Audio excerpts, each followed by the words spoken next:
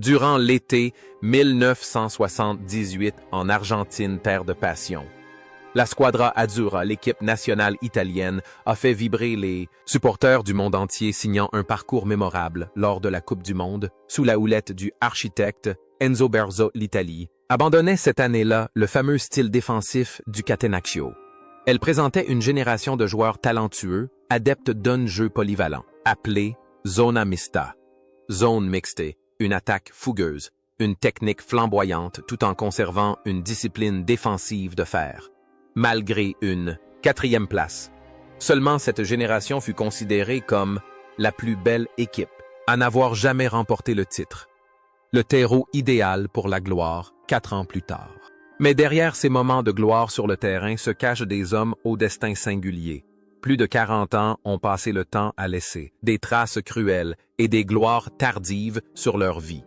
Certains sont devenus des figures immortelles, d'autres ont choisi une vie plus paisible. Et hélas, certains ont vu leur parcours s'interrompre tragiquement. Revenons sur les hauts et les bas des joueurs qui incarnaient l'âme de la génération dorée du football italien en 1978.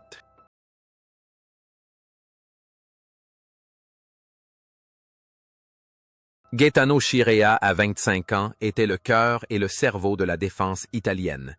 Bien plus qu'un simple défenseur chargé de dégager le ballon, Scirea incarnait à la perfection le libéro moderne, élégant, intelligent et raffiné. Auteur de 630 minutes de jeu lors de la Coupe du Monde 1978, il a dirigé la célèbre défense italienne avec un style cérébral qui provoquait rarement des fautes. Scirea était un gentleman parmi les bourreaux, faisant de la défense un art discret mais puissant. La carrière de Scirea a alors marqué un âge d'or pour la Juventus. Il a remporté tous les trophées dont un joueur pouvait rêver de la Série A,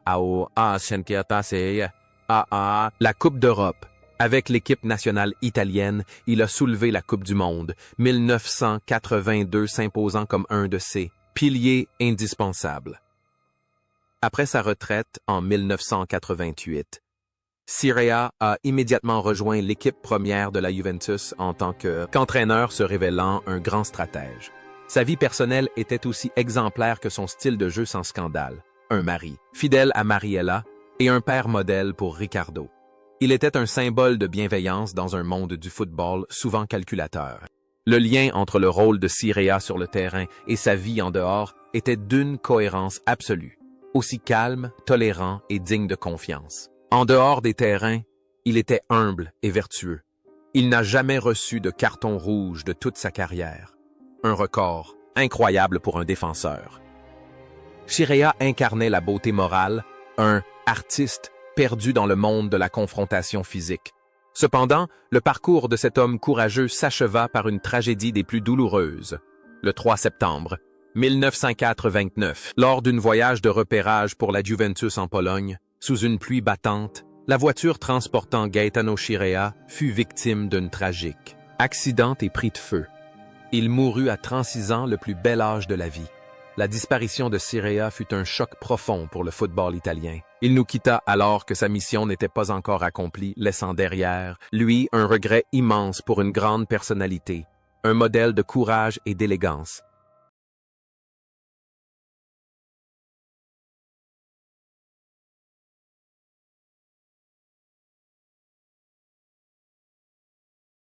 Dino Zoff, le géant silencieux de l'équipe italienne en Argentine, en 1978, était un gardien intraitable.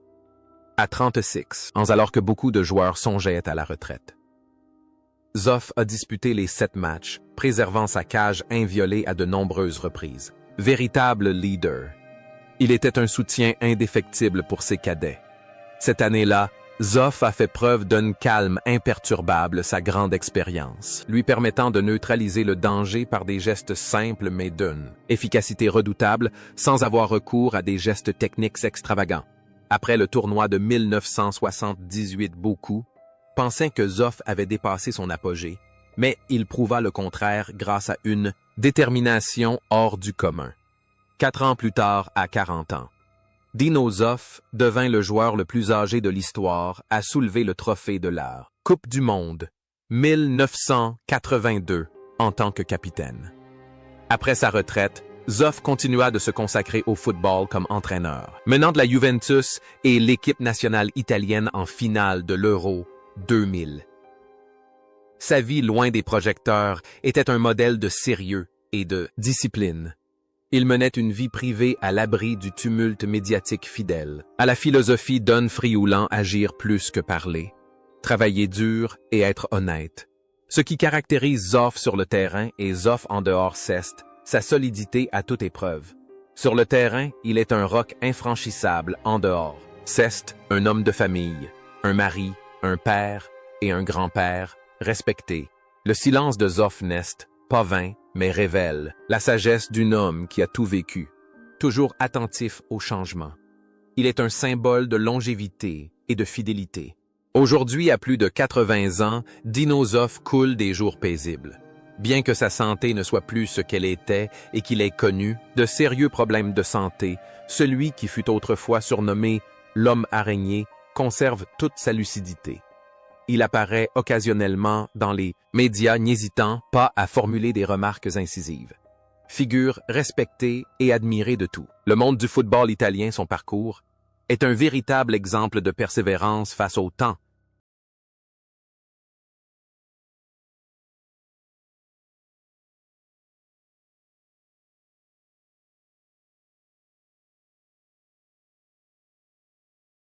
Paolo Rossi, l'Italien de 21 ans en 1978, incarnait un nouvel espoir, fin et élancé doté d'une agilité hors du commun dans la surface de réparation. Rossi fut surnommé le tueur au visage d'Angers. Il disputa les 7 matchs de la saison régulière, inscrivit 3 buts et se créa de nombreuses occasions. À seulement 21 ans, ses performances exceptionnelles le transformèrent d'un espoir prometteur en une star convoitée par le monde entier. Pablito, rapide comme l'éclair, tranchant comme un rasoir. Mais la vie de Paolo Rossi après ce tournoi ressemblait à un scénario de film dramatique avec ses hauts et ses bas. 2 ans seulement après son triomphe en Argentine, Rossi fut mêlé au scandale des matchs truqués des Totoneros en 1980. De héros, il devint un paria, fut suspendu 2 ans et sa carrière sembla s'achever dans l'humiliation. Mais le destin lui réserva un miracle lors de la Coupe du Monde. 1982, revenant du pénalty. Les pieds encore engourdis par le ballon, il répondit à toutes les critiques par une performance magistrale menant l'Italie au titre et remportant le Ballon d'Or. Après sa retraite, Rossi devint un homme d'affaires prospère dans l'immobilier et l'agritourisme et un commentateur sportif très apprécié pour son sourire bienveillant et sa modestie. Il vécut paisiblement avec sa femme Federica et ses enfants, savourant le bonheur simple qui lui était si cher. Ce qui est le plus frappant, c'est le contraste entre le tueur impitoyable qu'il est sur le terrain et l'homme chaleureux qu'il est dans la vie. Sur le terrain, Rossi est une terreur, un véritable voleur d'espace et de temps pour marquer des buts. Mais lorsqu'il quitte son maillot numéro 24, un homme doux, toujours souriant et qui ne se laisse jamais aveugler par son aura. Il est la preuve vivante que l'on peut toucher le fond et atteindre les sommets les plus lumineux. Cependant, ce parcours glorieux et tumultueux a dû s'interrompre le 9 décembre 2020. Paolo Rossi s'est éteint à l'âge de 64 ans après une longue lutte contre le cancer du poumon. La disparition de Pablito, en pleine pandémie mondiale, a laissé un immense vide dans le cœur des supporters italiens et du monde entier. Son héritage ne se résume pas à ses buts, mais est aussi une histoire de résilience et de force de caractère hors du commun.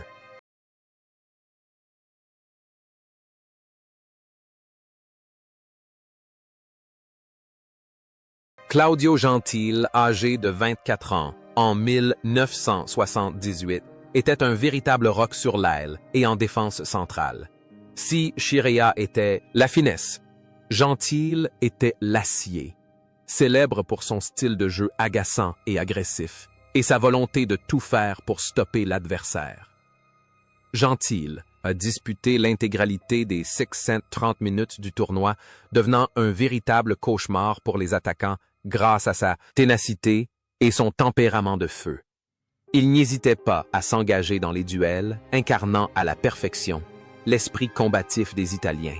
La carrière de Gentile a ensuite connu un essor remarquable à la Juventus et en équipe nationale italienne. Son apogée fut atteint lors de la Coupe du Monde 1982, où il a muselé deux génies du football Maradona et Zico grâce à son marquage individuel exceptionnel. Après sa retraite de joueur, Gentile n'a pas opté pour une vie de loisirs, mais s'est consacré à l'entraînement. Il a connu un grand succès en menant l'équipe d'Italie des moins de 21 ans à la victoire au championnat d'Europe en 2004, formant ainsi une nouvelle génération de joueurs talentueux. Cependant, sa carrière d'entraîneur a ensuite rencontré de nombreuses difficultés, et ces dernières années, il a été souvent absent des bancs des grands entraîneurs, ce qui lui a valu un certain regret et le sentiment d'être oublié. Il existe un contraste saisissant entre Gentile sur le terrain et en dehors. Sur la pelouse, il est surnommé le boucher, un personnage malfaisant qui détruit la beauté. Mais dans la vie, Gentile est un homme né à Tripoli, Libye, profondément attaché à sa terre natale et doté d'une grande sensibilité. Il est intègre et direct, et cette franchise lui joue parfois des tours dans le monde du football moderne si souvent empreint de diplomatie. Aujourd'hui, à plus de 70 ans, Claudio Gentile mène une vie plutôt discrète, bien qu'il ne soit plus directement à la tête de l'équipe. Il reste passionné par le football italien et prend souvent la parole pour défendre l'art traditionnel de la défense. Il attend toujours l'occasion de revenir, et la passion du Kadhafi dans le temps semble toujours briller dans son regard déterminé.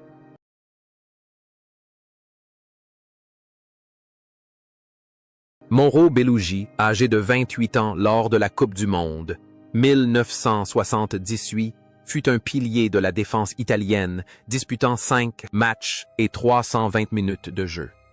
Ce défenseur, qui évolua à l'Inter Milan puis à Bologne, était réputé pour son intelligence, son sens du jeu et sa polyvalence. Moins flamboyant que Cirea et moins agressif que Gentile Bellugi, était un joueur fiable contribuant discrètement à la qualification de l'Italie pour la Ligue des Champions.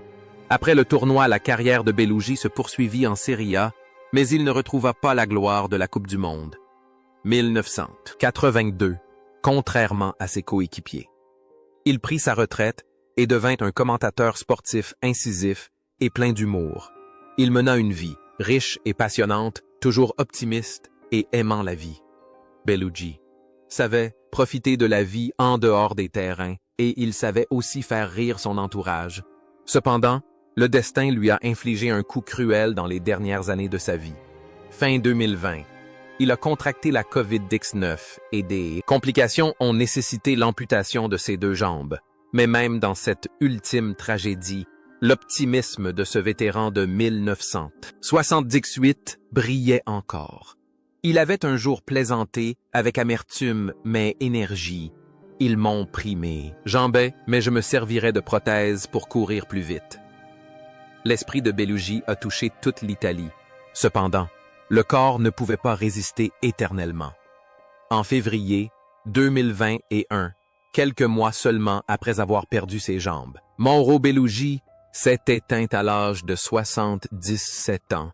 Il est parti avec le sourire et l'esprit indomptable d'un guerrier qui n'a jamais cédé au destin, laissant derrière lui une grande leçon de courage pour ceux qui restent.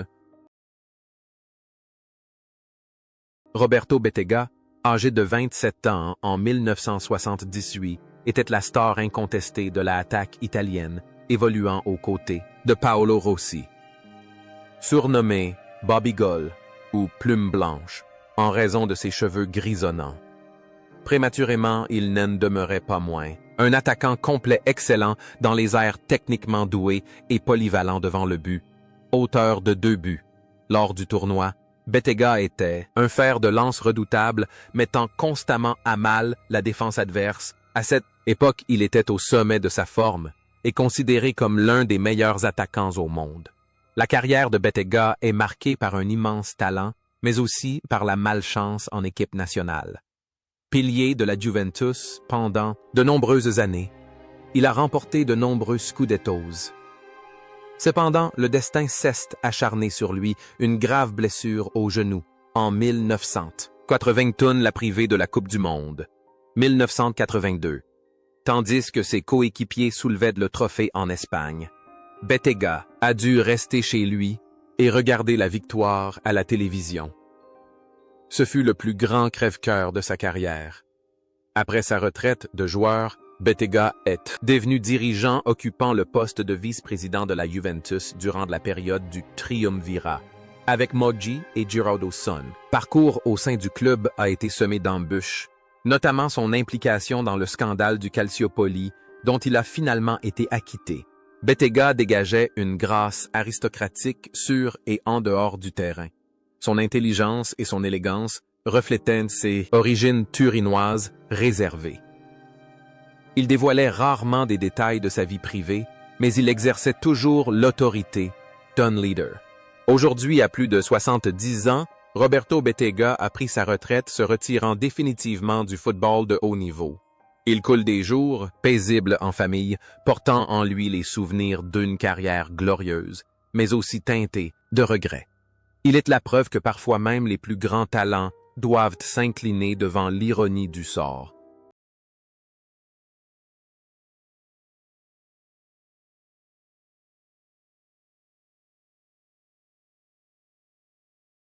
Antonio Cabrini, âgé de 20 ans lors de la Coupe du Monde, 1978, insuffla un vent de fraîcheur et de charme à une défense italienne réputée pour ses joueurs âgés et austères. Ce jeune homme conquit le cœur des supporters, non seulement par son talent, mais aussi par son allure de statue romaine. Participant aux 7 matchs, Cabrini se montra infatigable sur l'aile gauche, tant en attaque qu'en défense. Son excellente performance en Argentine lui valut le titre de meilleur jeune joueur du tournoi, lançant une brillante carrière qui le consacrera comme l'un des plus grands latéraux de l'histoire. Après le tournoi de 1978, la vie de Cabrini prit un tournant décisif marqué par la gloire, mais aussi par une forte pression. Surnommé Bel Antonio, le beau Antonio ou Fidanzato d'Italia, le chouchou de l'Italie, il devint le premier joueur à posséder le charisme d'une star de la pop. Des milliers de lettres d'amour lui étaient envoyées chaque jour et les jeunes filles s'évanouissaient à sa vue sur le terrain. Mais Cabrini ne laissa pas cette aura éclipser son talent. Il conquit tous les sommets avec la Juventus et remporta la Coupe du Monde, 1982 avec l'équipe d'Italie. Malgré un penalty manqué en finale, sa contribution tout au long de ce parcours reste indéniable. Ce qui est fascinant chez Cabrini, c'est le contraste entre son allure romantique et son esprit combatif. En apparence, c'est un jeune homme charmant, mais sur le terrain c'est un véritable guerrier intrépide face au contact et doté d'une pied gauche exceptionnelle. Il a prouvé qu'un beau joueur pouvait être un grand champion, brisant ainsi le stéréotype du beau gosse de l'époque. Aujourd'hui, à plus de 60 ans, Antonio Cabrini conserve toute son élégance. Après sa retraite sportive, il s'est essayé au coaching notamment, en prenant les rênes de l'équipe nationale féminine italienne, contribuant ainsi à l'essor du football féminin dans son pays.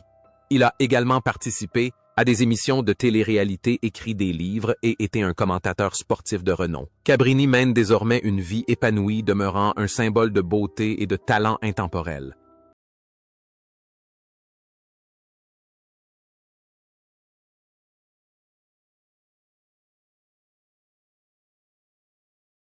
Franco Causio, le joueur le plus talentueux de l'orchestre. Denzo Bearzo, en 1978, brilla à 29 ans, surnommé Il Barone, le Baron.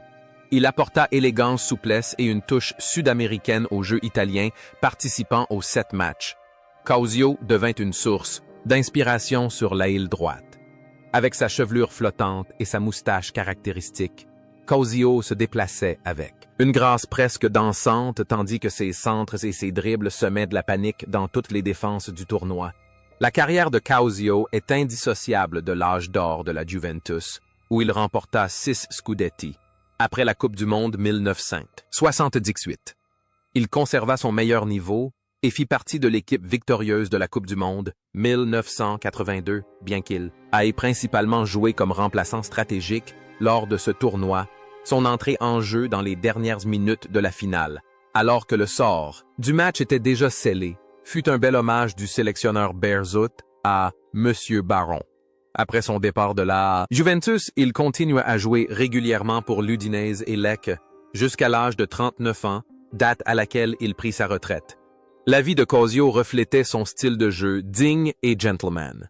Fils du sud de l'Italie, originaire de Lecce, il s'est illustré dans le nord, industriel du pays, et a toujours incarné l'ambition et l'harmonie, jamais mêlé à des scandalaises retentissants. Il a toujours cultivé l'image d'un véritable gentleman du football. Franco Causio a aujourd'hui plus de 70 ans. Il intervient toujours régulièrement comme consultant sur les principales chaînes de télévision sportives italiennes. Il a également publié une autobiographie retraçant son parcours de jeune garçon pauvre du Sud à champion du monde. La vie du baron est désormais paisible et respectée à l'image de sa carrière de footballeur.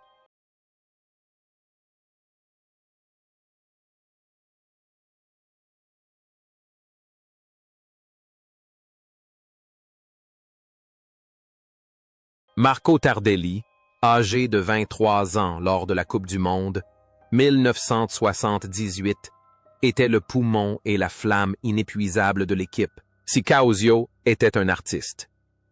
Tardelli a disputé 6 matchs insufflant une énergie débordante au milieu de terrain. Il incarnait le milieu de terrain. Box-to-box, moderne avant même que le concept ne se popularise, un jeu agressif, une récupération du ballon et des incursions soudaines dans la surface de réparation pour marquer. En Argentine, on a pu voir les prémices du Schizo, un surnom signifiant explosion de folie, débordant de passion et d'intensité. 4 ans après le tournoi de 1978. Tardelli a marqué l'histoire du football mondial, non seulement en remportant la Coupe du Monde 1982, mais aussi en célébrant son cri de joie en finale. L'image de lui courant follement secouant la tête et hurlant de bonheur est devenue le symbole même de la passion footballistique. Sa carrière en club fut également brillante, d'abord à la Juventus puis à l'Inter Milan. Tardelli incarnait la volonté de gagner les émotions les plus intenses et les plus pures. Ce qui est assez frappant, c'est le contraste entre le Tardelli exubérant sur le terrain et le Tardelli calme et réfléchi en dehors. Après sa retraite, il s'est consacré à l'entraînement et au management, dirigeant l'équipe d'Italie des moins de 21 ans, travaillant comme adjoint pour l'équipe nationale irlandaise et entraînant en Égypte Cest, une personne franche, n'hésitant pas à aborder les aspects négatifs du football, mais aussi très émotive. Aujourd'hui, Marco Tardelli coule des jours heureux à plus de 70 ans. Il est épanoui auprès de sa compagne de longue date, la célèbre journaliste Mirta Merlino, figure toujours familière des médias. Son analyse y est toujours aussi incisive et passionnée que son jeu. Le tumulte d'antan s'est apaisé, laissant place à la contemplation d'une légende vivante.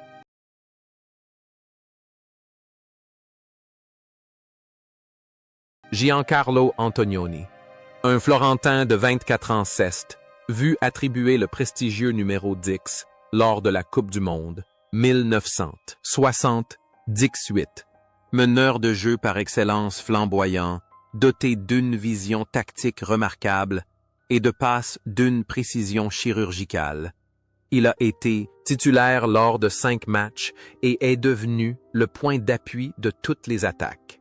Il jouait avec une grâce poétique, incarnant la beauté romantique du football italien de l'époque, même si sa puissance physique a parfois suscité des interrogations.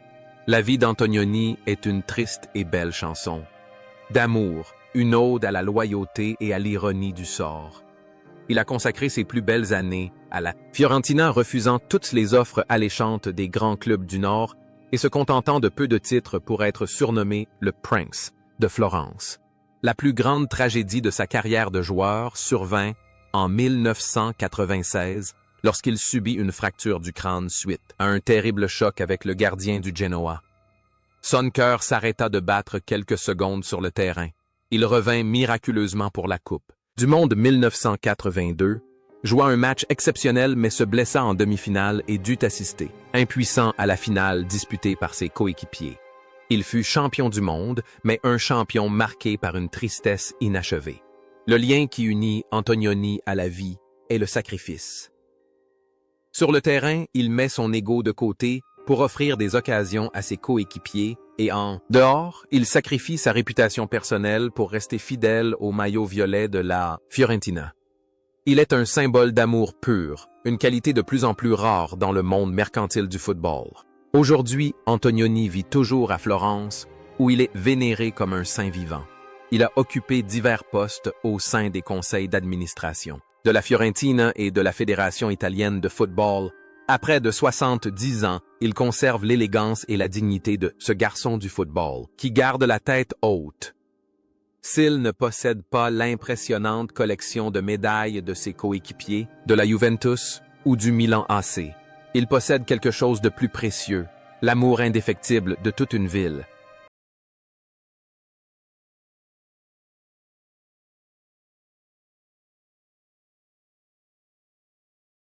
En 1978, à 32 ans, Romeo Benetti se distinguait parmi les joueurs glamour par son allure de vieux briscard, intimidant crâne, rasé moustache épaisse et regard perçant.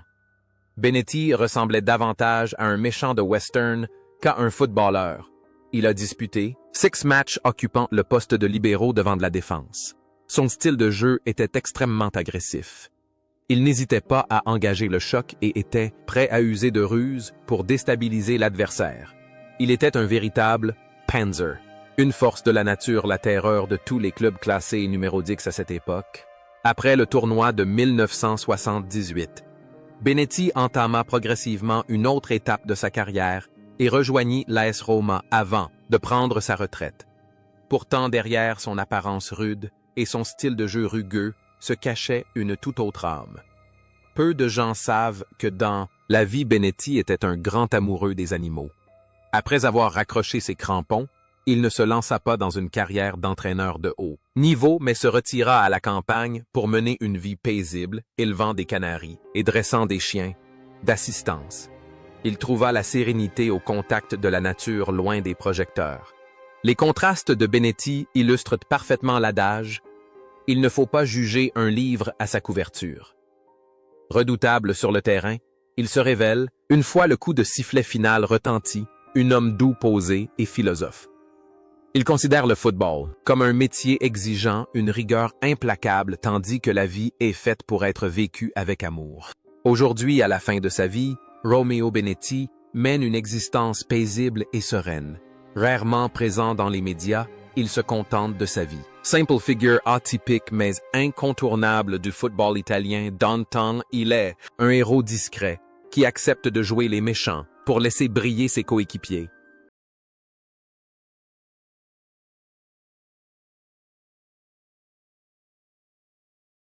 Renato Zaccarelli, le flamboyant milieu de terrain de 27 ans du Torino, est devenu le sauveur discret de l'Italie lors de la Coupe du Monde 1978, alors que tous les regards étaient tournés vers Rossi ou Bettega. Lors du match d'ouverture palpitant contre la France, alors que l'Italie était menée puis égalisait, Zaccarelli, entré en jeu en cours de match s'est soudainement infiltré dans la surface de réparation et a inscrit le but de la victoire 2-1. Ce but a non seulement apporté les 3 points, mais a aussi dissipé le complexe d'infériorité et galvanisé toute l'équipe. En 5 sélections, Zaccarelli a imposé son style de jeu, intelligent et élégant, ainsi que sa lecture du jeu exceptionnelle digne d'un véritable Il Toro. Le Taureau. La carrière de Zaccarelli était indissociable du maillot rouge du Torino. Il fut l'un des artisans du football italien des années 1970, contribuant au sacré historique du Torino en 1976, son premier titre de champion depuis la catastrophe aérienne de Superga. Si ses coéquipiers de la Juventus affichaient souvent une attitude froide et disciplinée, Zaccarelli et les joueurs du Torino cultivaient le romantisme, la tragédie et une pointe d'arrogance propre aux prétendants au titre. Malheureusement, les blessures et les choix tactiques l'empêchèrent de remporter la Coupe du Monde, 1982 laissant une trace indélébile dans la carrière de l'un des milieux de terrain les plus talentueux de sa génération. Le lien entre le rôle de Zaccarelli sur le terrain et sa vie est celui de la finesse et de l'intelligence. Sur le terrain, il ne s'appuie pas sur sa force physique pour dominer ses adversaires, mais sur son intelligence de jeu. En dehors du terrain, il est également reconnu pour sa politesse, son calme et son sens aigu du management. Après sa retraite, Zaccarelli a occupé de nombreux postes importants de directeur sportif, à entraîneur principal du Torino et de Bologne. À chaque poste, il a conservé une attitude exemplaire, travaillant avec dévouement et clairvoyance.